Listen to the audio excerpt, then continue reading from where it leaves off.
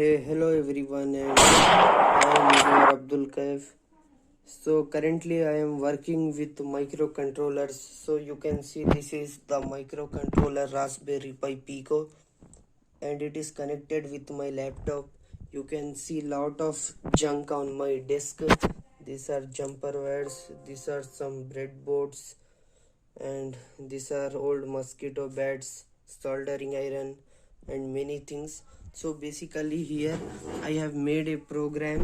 So we use Thorny IDE to program Raspberry Pi Picos. So you can see this is the program of which I can control this LED. So you can see I connected this LED to this Raspberry Pi Pico on this breadboard. So this is a solderless breadboard, and you can see that the LED is now glowing.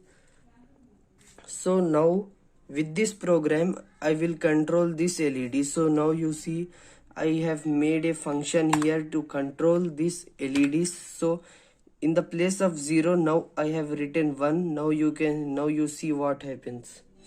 I am running this, run, and now just a minute.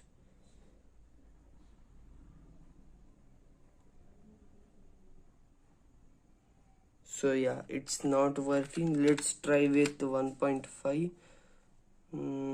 I run it. So there's an error. Wait, I will fix it. So now you can see that I have reconnected this board, and now this is my laptop screen, and this is the LED which will glow. Sorry for that. So now I run this program, and you see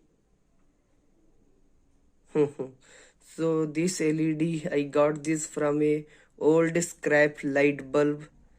Yeah, and now you see instead of this 1.5, if I write here 5.5, then you see the speed of glowing.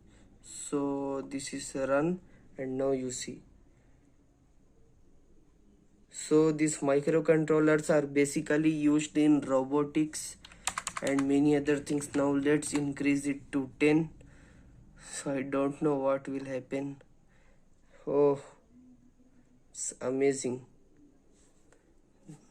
So I will not do it for much time because it can burn my LEDs and my microcontroller board. So now I have given 0 so that it turned it off, and now if I give it 1, then it will turn it on. So yeah, there's something error. Just a minute. Okay, so it again disconnected. Again the microcontroller got disconnected. So basically now you have seen a program with which we are able to control external hardwares, and you will learn more about this in my further videos. So please subscribe to my channel to know more about this technology. Thank you for watching.